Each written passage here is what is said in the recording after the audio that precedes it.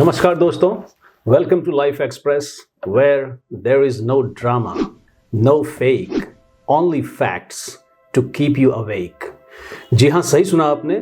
Life express एक ऐसी दुनिया है, एक ऐसा एकेडमिक प्लेटफॉर्म है जहाँ हम बेमतलब की बातें नहीं करते, क्योंकि यहाँ बातें होती है सिर्फ रियल लाइफ के, रियल लोगों के, रियल अचीवमेंट्स की, और बातें होती है रियल नॉलेज की अंडर भारतीय ज्ञान परंपरा, जिसकी बुनियाद वसुधैव कुटुंबकम पर आधारित है।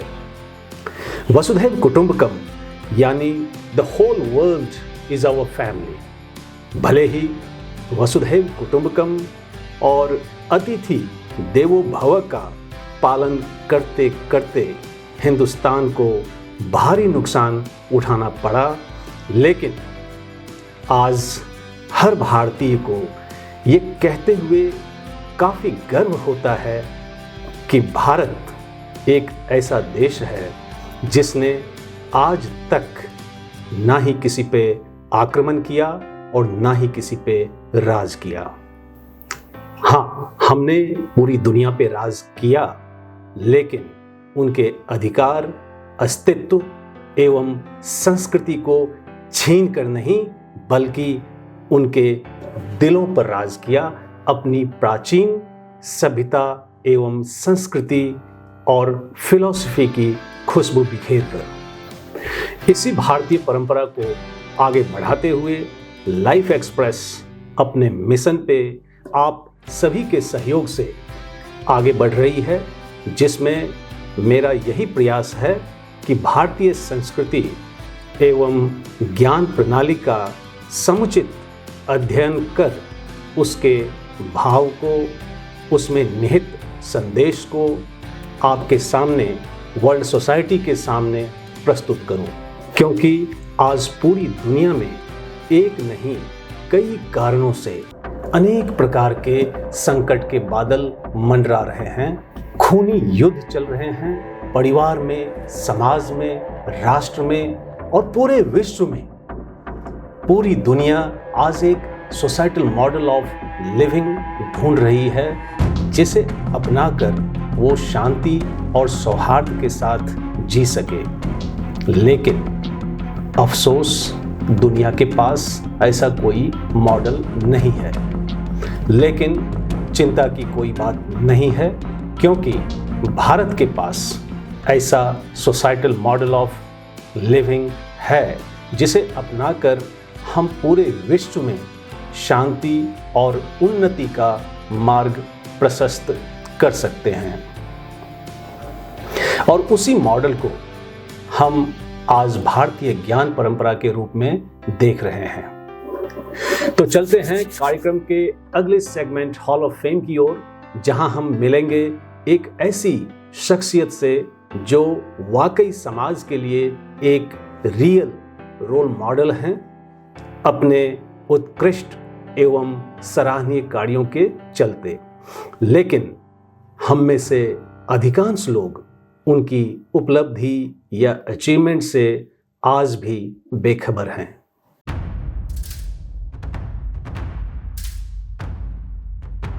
नमस्कार दोस्तों, आज के हॉल ऑफ फेम में हमारे साथ एक बहुत ही खास मेहमान हैं, जिनके जीवन से जुड़े कई रोचक तथ्य हैं। इससे पहले कि हम उन रोचक तथ्यों को जाने उन्हीं की जुबानी, मैं चाहूँगा कि सबसे पहले मैं आपको अपने विशेष अतिथि का एक संक्षिप्त परिचय दे दूं। वैसे तो हमारे आज के विशेष अतिथि किसी परिचय या पहचान के मोहताज नहीं हैं, लेकिन औपचारिकता का निर्वहन करते हुए मुझे ये बताते हुए अपार हर्ष की अनुभूति हो रही है कि लाइफ एक्सप्रेस के इस हफ्ते के हॉल ऑफ फेम में हमारे साथ जो विशेष अतिथि जुड़े हैं, वे हैं अ renowned physicist doctor Kapil Mohan Khanna. Doctor Khanna का जन्म 15 अप्रैल 1934 को पाकिस्तान के पंजाब प्रोविंस के चिन्यौत के एक सामान्य पर शिक्षित परिवार में हुआ था। बचपन से ही अपनी विलक्षण प्रतिभा एवं उत्कृष्ट कार्यों के बदौलत उन्होंने समाज में अपनी एक अलग पहचान बना ली थी। यदि हम उनके शैक्षणिक जीवन पर प्रकाश डालें तो हम पाते हैं कि उन्होंने अपनी प्रारंभिक, माध्यमिक तथा उच्च शिक्षा अव्वल दर्जे से सफलतापूर्वक पूरी की। Talking of his academic journey, Dr. Khanna graduated with BSc Honors, MSc Honors and PhD in Physics, specializing in theoretical physics. Dr. Khanna has published more than 180 research papers and 3 books. Dr. Khanna supervised 46 doctoral theses and more than 100 MPhil theses. With his relentless pursuit of excellence in academia, Dr. Khanna held several dignified positions in his illustrious professional career of more than 7 decades, like Professor of Physics, HOD, the Physics Department at Dibrugarh University, then Professor of Physics and Head in BIT Mesra, Ranchi, then Professor of Material Science and Head at NIFFT, Ranchi, also acting director, UNESCO expert in physics for University of Swaziland. More importantly, he also taught in MOI University, Kenya as professor of physics for 15 years. And with his strong zeal and willpower, he taught till recently in University of Eldoret, Kenya. And I should not forget to add that Dr. Khanna has been felicitated by several prestigious academic awards and recognitions at national and international levels for his academic contributions to world science fraternity, including associate member and advisor to ICT-PTR-IESTE, Italy for 12 years. Thus, there are so many accolades and achievements to his name, and pleasure is solely mine in welcoming one and only the great iconic scientist, Dr. Kapil Mohan Khanna ji. Namaskar, sir. First of all, on behalf of my entire Life Express team and on behalf of my intellectual viewers, I extend a very warm welcome and sincere gratitude to you for your gracious presence in Life Express. Thank you so much. So nice. Sir, as we know from your rich academic profile, that you have served Indian as well as world academia and world science fraternity for almost 7 decades in highly responsible and dignified positions. और आज भी at the age of 91 आप कई academic forum में सक्रिय रहते हैं। तो आज की वार्ता को शुरू करते हुए सबसे पहले ना सिर्फ मैं बल्कि हमारे सभी दर्शक आपसे जानना चाहेंगे कि कहाँ से मिलती है आपको इतनी ऊर्जा to serve academia and society.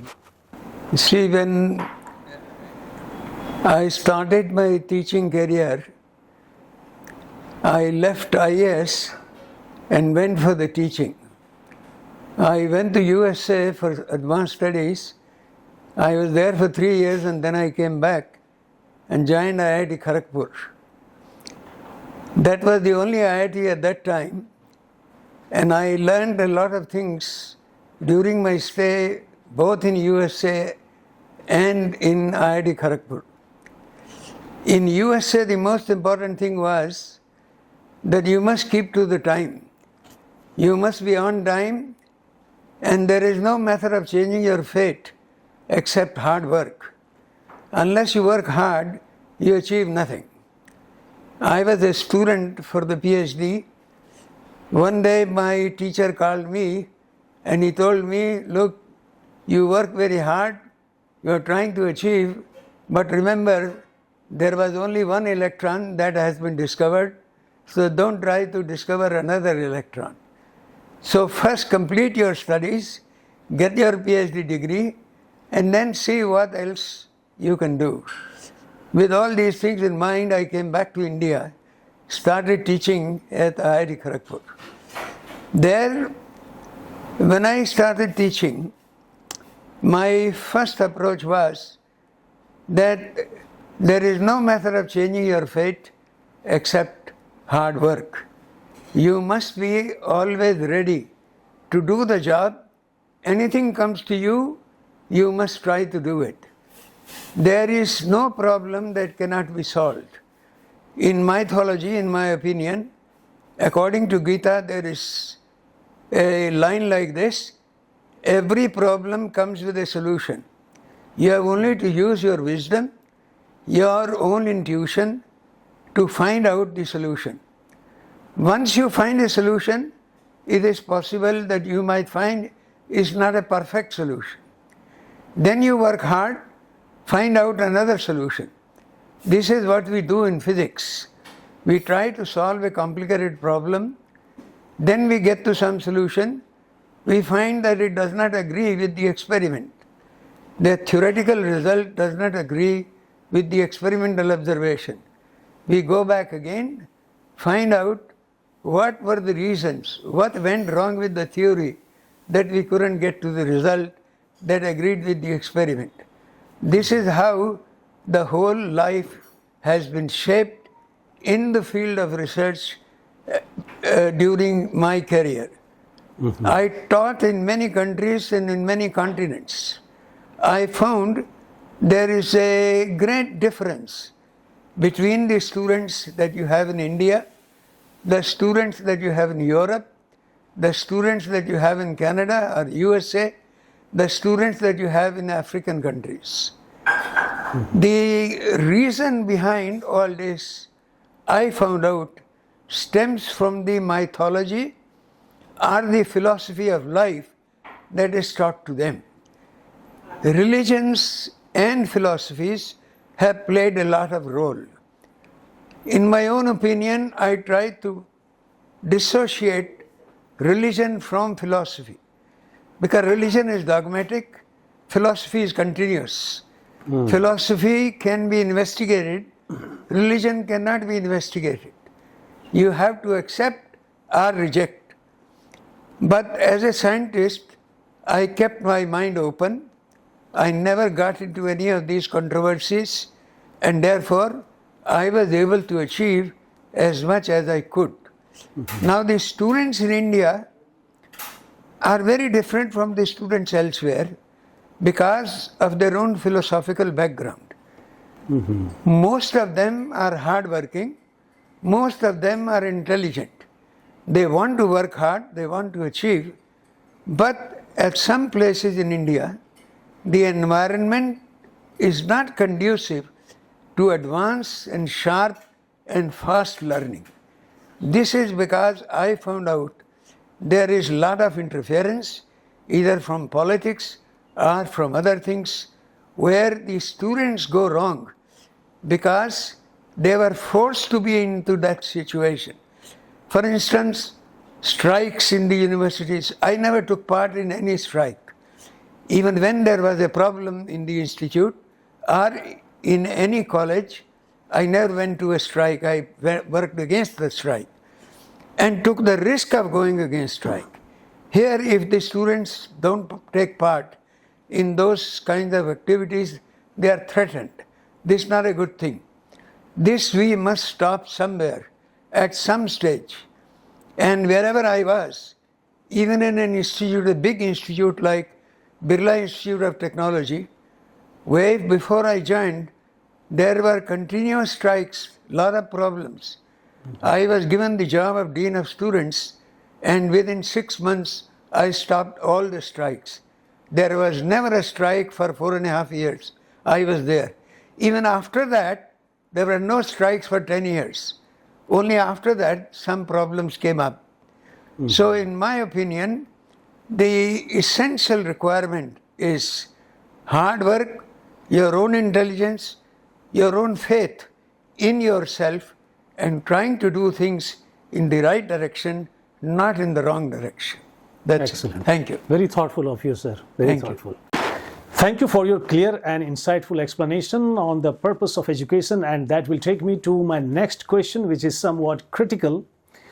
Today's education seems to be highly paradoxical for the reason that on the one hand, आप भारतीय ज्ञान परंपरा, भारतीय दर्शन, गुरुकुल मॉडल ऑफ एजुकेशन की बात करते हैं और दूसरी ओर वेस्ट के बेस्ट प्रैक्टिसेस को अपना बेंचमार्क या यार्डस्टिक बना रहे हैं. ऐसे में क्या आपको लगता है कि भारत फिर से विश्व गुरु बन सकता है? जी। See, it should be remembered that there was a stage in India when we were highly advanced, whether it was moral education, whether it was scientific education, whether it was technical education. You can see some of the old forts where we have steel doors and they have not rusted so far. The West so far has not been able to create any steel that does not rust. The only steel that does not rust is titanium steel, which is used in some of the drills which are used in oceans, or they are used as a shield for the electronic circuits in the aircrafts, so that tomorrow when there is a nuclear war, the nuclear radiation will not be able to penetrate that titanium steel cover and will not destroy the electronics part of it. So moral education, which is a part of our Gurukula education, is quite different from the Western style education or the old Indian style education where we had all these skills. The only difference I find is maybe our method of teaching or our approach was different, and the Western method of teaching and approach is different. In the Western countries, a scientist emphasizes more on the scientific and technical discoveries. I found scientists, when they were filling the forms, when the column came for religion, they crossed it. So many of them were not religious, but there were scientists who were religious. For example, Chadwick, who discovered neutron and got Nobel Prize in physics, he was asked, "Do you believe in God?"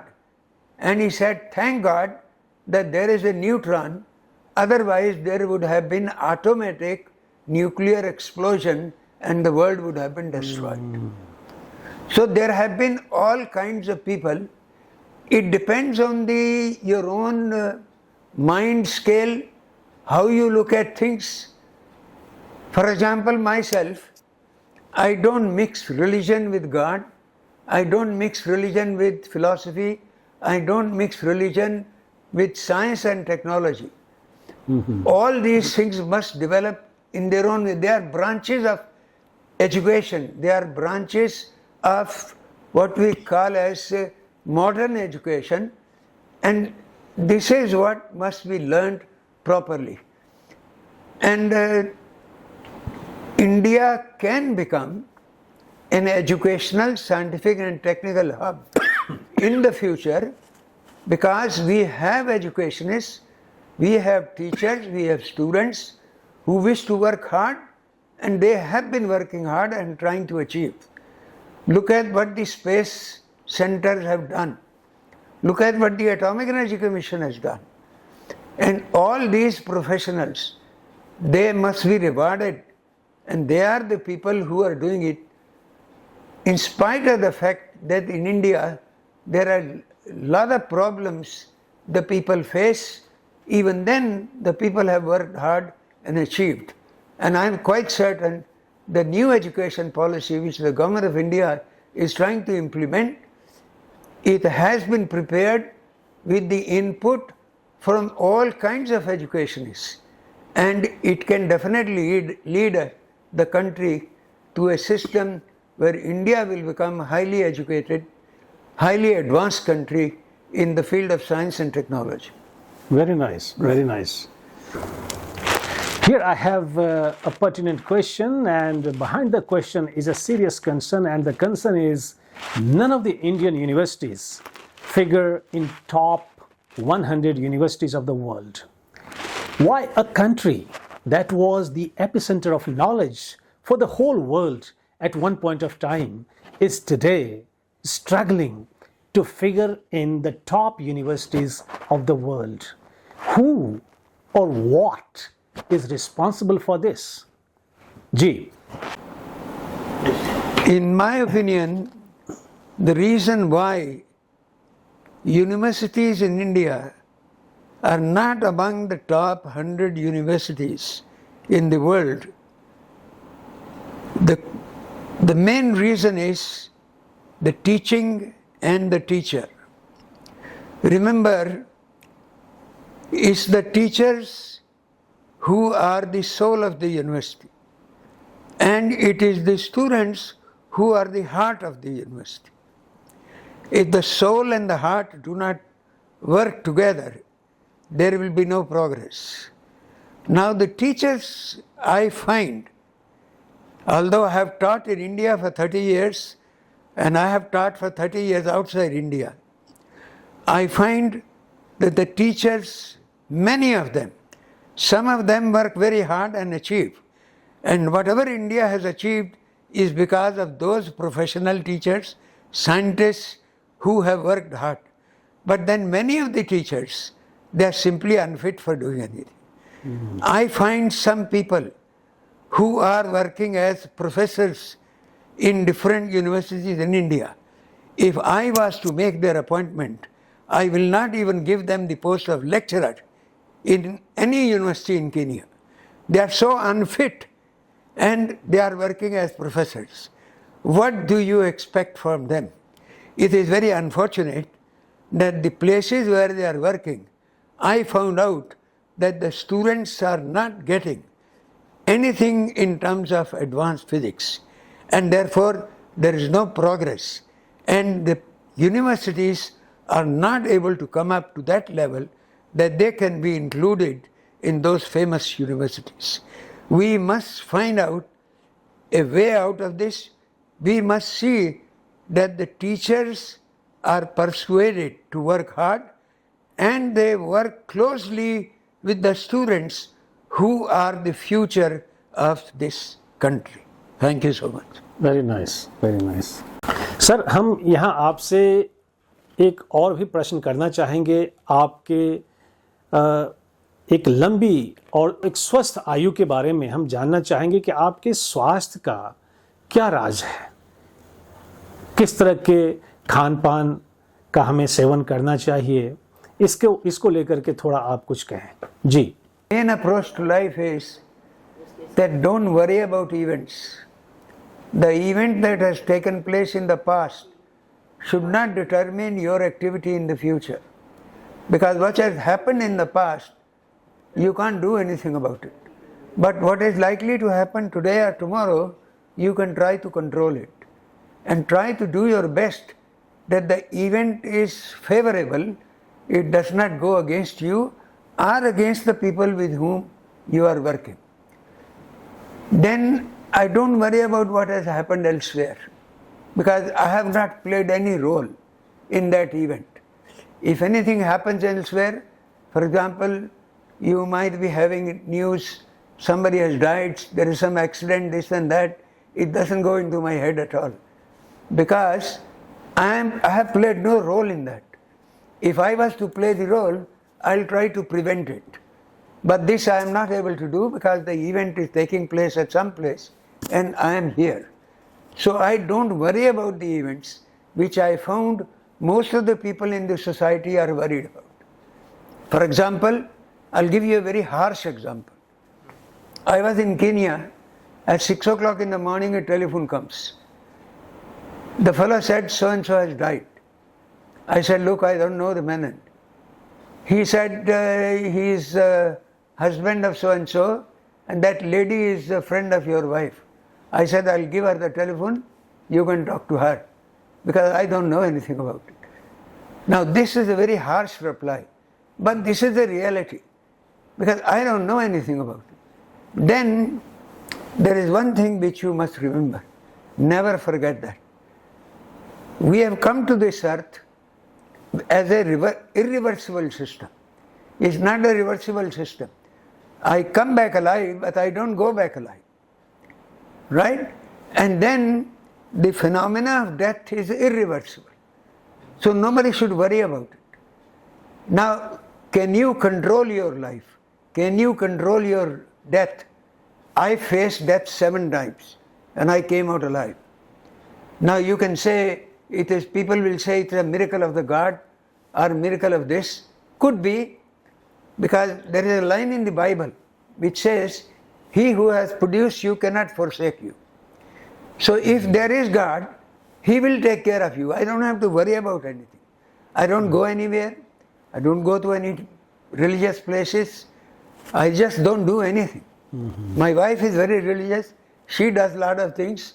Maybe I get benefit from her. But as far as I am concerned, I don't do anything. So what is required is, keep your mind free of worries. Unnecessary worries which are there in the whole world. You have not shaped those worries. It's the work that is important, it's not the worry that is important. And in my life, I keep to the time. I have never attended those marriages which could not be held without me. I don't attend any funerals. I just don't go there. I have no role to play. I can't do anything.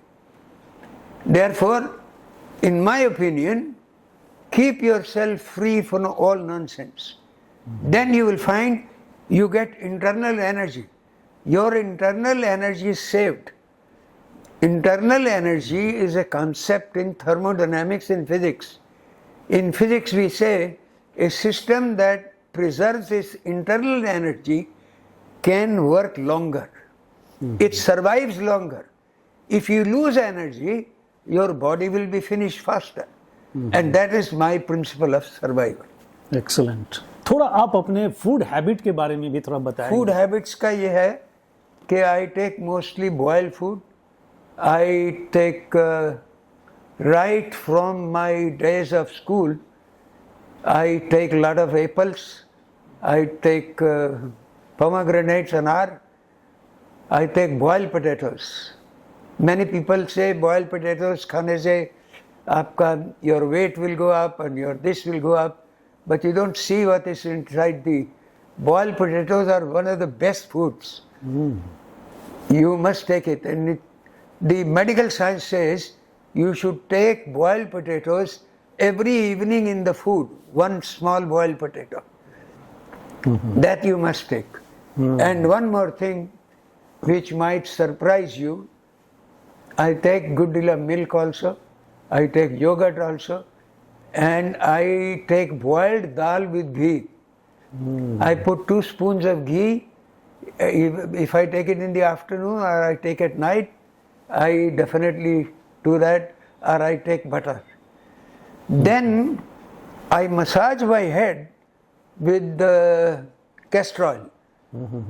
Castor oil से रात को मैं massage करके सोता हूँ.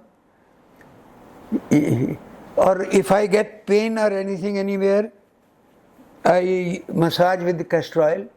I hardly see a doctor. I never try to go to any medical doctor because I found their knowledge is not as good as my knowledge. Because everything is available today. You can see what you really need. You can ask my wife. I never go and try to see the doctor. Great. One day at 4 o'clock in the morning, I found that this side I have a lot of pain. The whole arm and this. I immediately realized that due to compression, because due to compression I have slept on one side, blood flow is not there. Because when there is no blood flow, that part can become paralytic or it will become stiff. So I immediately slowly got up. You don't get up quick, because then this can get bent. The bone can get bent, or the muscle will break, or something else will break inside. So I slowly got up. It took me half an hour. I slowly went on doing this. I got up. I prepared coffee. I did not tell her. I took coffee and then I massaged it. By about 6 o'clock I was fine. If there was anybody in my place, they'll make a hue and cry, call the doctor. Doctor के पास जाके वो MRI होगा, 10,000 वो लगेगा, 2,200 रुपए doctor लेगा, और क्या क्या बोलेगा और आप घर आके फिर बीमार हो जाए. Correct. So I don't do that. Great. So that is, I think, one of the reasons that I am able to survive so far. Exercise is very important. And don't take unnecessary worries. क्या हो रहा है, क्यों हो रहा है? Worry about only that event in which you have taken part. Right. If you have taken part and done something wrong, then don't do it again. बहुत Don't repeat a mistake, because when you repeat a mistake, it becomes blunder. And a blunder will lead to chaos, and a chaos will lead to demise. Very nice. To conclude our interaction, may I now request you to kindly give a message of peace and progress for society and mankind at large, so that we could create a better human, better society, better nation, better planet for a better tomorrow. Over to you, sir. You see, peace in a country or in a society is an essential ingredient for progress. No country or no society can progress unless the surroundings are peaceful, in which the people can work hard and try to create some new ideas or new forums or new factories, new science laboratories. What is happening in India at the moment, which I have seen, is the surroundings are not very peaceful. There is more chaos than peace. The reason being, there is a lot of crime. People have been left to themselves. There is hardly any education telling the people to be law-abiding. When I was a student of DAV School, Karnal, the first 5 minutes, the principal used to give us how to live a law-abiding citizen. As a law-abiding citizen, you exercise some controls.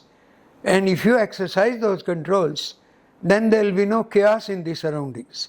It is the chaos in the surroundings, illegal things, and all kinds of harsh realities which are disturbing the society, that there is no peace in the surroundings. Without peace, in my opinion, you cannot make progress.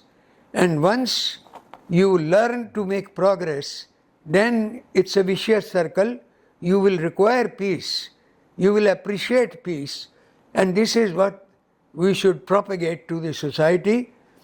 In every school, college, or university, all the peace-loving people, peace-loving ideology should be spread.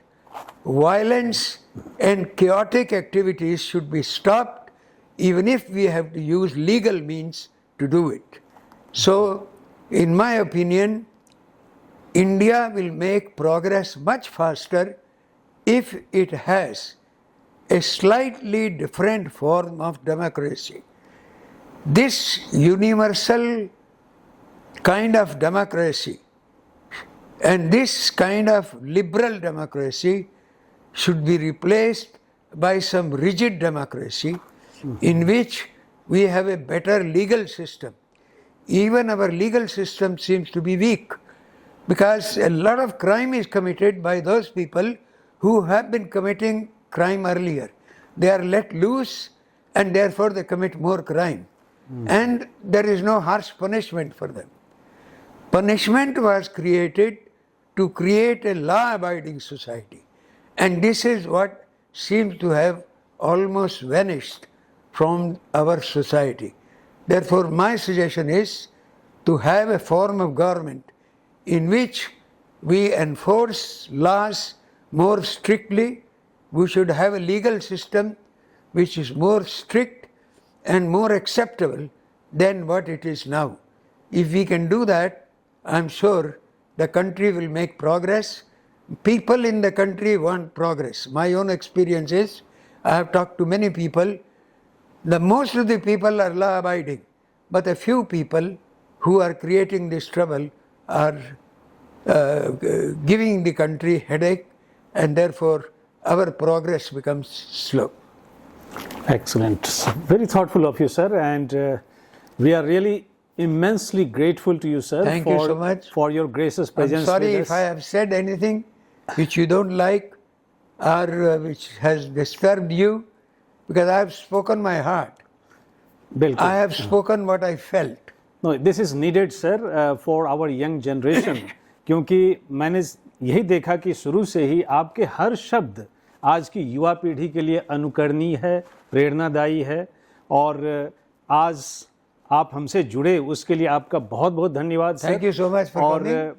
You have spent so much time. जी, और आपके उत्कृष्ट और सराहनीय कार्यों के लिए जो शिक्षा जगत में आपने की है, उसके लिए लाइफ एक्सप्रेस की जूरी ने आपके लिए एक अवार्ड की घोषणा की है और वो अवार्ड है life express icon of India award. Thank you.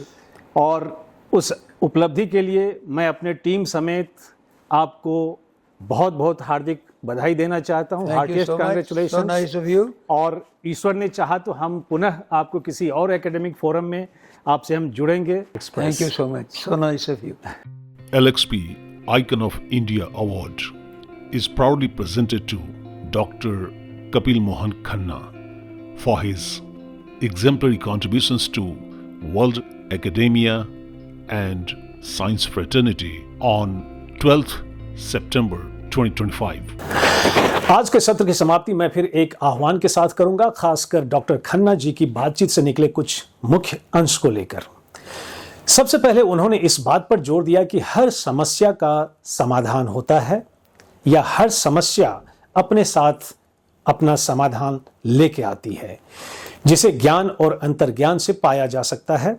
उन्होंने भारत, यूरोप, कनाडा, अमेरिका और अफ्रीकी देशों के छात्रों के बीच अंतर पर चर्चा की, जिसका श्रेय उन्होंने उनकी पौराणिक कथाओं और जीवन दर्शन को दिया. उन्होंने धर्म और दर्शन के बीच अंतर बताते हुए कहा कि धर्म हठधर्मी है, जबकि दर्शन निरंतर और जांच योग्य है. उन्होंने भारत में छात्रों की कड़ी मेहनत और बुद्धिमत्ता की सराहना की, लेकिन यह भी बताया कि राजनीतिक हस्तक्षेप और हड़तालों के कारण उन्नत शिक्षा के लिए अनुकूल वातावरण की कमी है. उन्होंने इस बात पर भी जोर दिया कि भारत को विश्वगुरु बनने के लिए अपनी शिक्षा नीति में सुधार करना चाहिए और पश्चिमी प्रथाओं के साथ भारतीय ज्ञान परंपरा को एकीकृत करना चाहिए. उन्होंने अपनी दीर्घायु और स्वास्थ्य के रहस्य को साझा किया, जिसमें अनावश्यक चिंताओं से बचना, आंतरिक ऊर्जा को संरक्षित करना और उबला हुआ भोजन, फल और दूध जैसे स्वस्थ भोजन की आदतें शामिल हैं. उन्होंने भारत में विश्वविद्यालयों के विश्व के शीर्ष 100 में न होने का कारण शिक्षकों की गुणवत्ता और शिक्षण के प्रति उनके दृष्टिकोण को बताया. उन्होंने शांति और प्रगति के लिए अपने दृष्टिकोण को साझा किया, जिसमें एक शांतिपूर्ण वातावरण, कानून का पालन करने वाले नागरिक और एक सख्त कानूनी प्रणाली शामिल है, ताकि अपराध को रोका जा सके और समाज में व्यवस्था सुनिश्चित की जा सके. With those deliberations of Dr. Kapil Mohan Khanna, we close this episode और मिलते हैं अगले एपिसोड में समाज के एक और रोल मॉडल के साथ. Till then, enjoy your time meaningfully और हाँ, अपना और अपनों का भी ख्याल रखें. जय हिंद.